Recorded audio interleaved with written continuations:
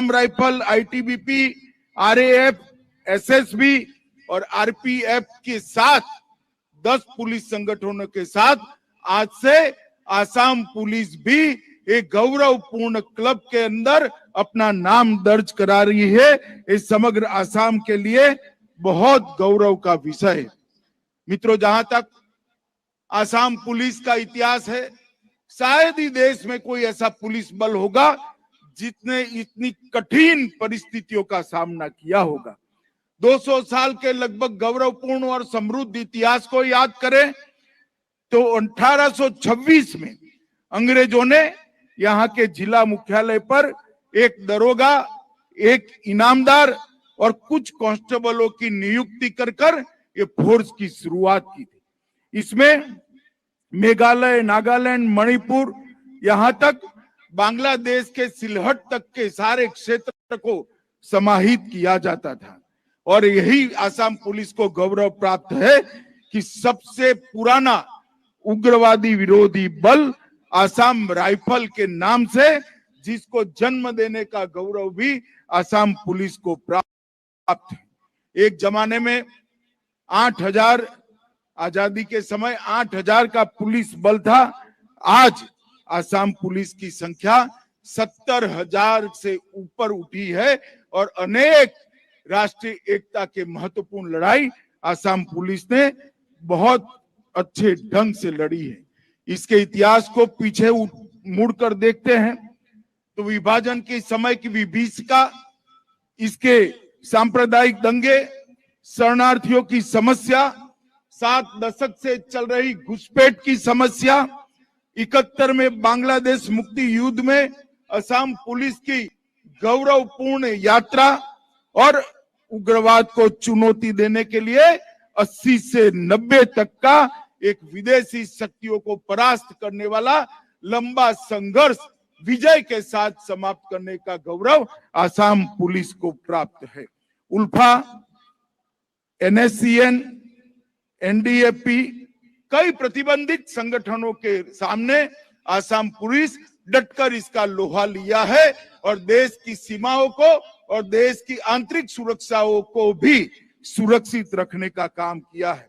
Assam police ने unified command के तहत ऑपरेशन बजरंग और भारतीय सेना का ऑपरेशन राइनो के अंदर भी एक सहकर्मी की भूमिका निभाकर भारतीय सेना का मजबूत तरीके से सहायता करने का काम किया है। इसके अलावा हथियारों की तस्करी, गौ तस्करी, ड्रग तस्करी, मानव तस्करी, ये सभी के खिलाफ निरंतर 7 दशक तक आसाम पुलिस ने ये न थकने वाली लड़ाई लड़ी है और विजयी लड़ाई लड़ी है। इसके लिए उनके डीजीपी से लेकर सबसे कम उम्र वाले कांस्टेबल तक सबको आज मैं देश के गृह मंत्री के नाते बहुत बहुत बधाई देना चाहता हूं। आज आपको जो राष्ट्रपति का निशान मिला है, आसाम पुलिस उसकी अधिकारी है और सबसे गौरवप्रद लड़ाई लड़ने वाली पुलिस बल में से एक आसाम पुलिस को आज राष्ट्रपति का निशान मिलने का गौरव प्राप्त किया है। और ये लड़ाई लड़ते लड़ते आसाम पुलिस के लगभग 886 कर्मी शहीद हुए हैं और ये लड़ाई में आसाम पुलिस के कर्मियों को 2 कीर्ति चक्र, 4 प्रेसिडेंट पुलिस मेडल और 19 पुलिस मेडल भी प्राप्त हुए हैं, जो आसाम पुलिस की वीरता का एक प्रकार से एक्नोलेजमेंट है।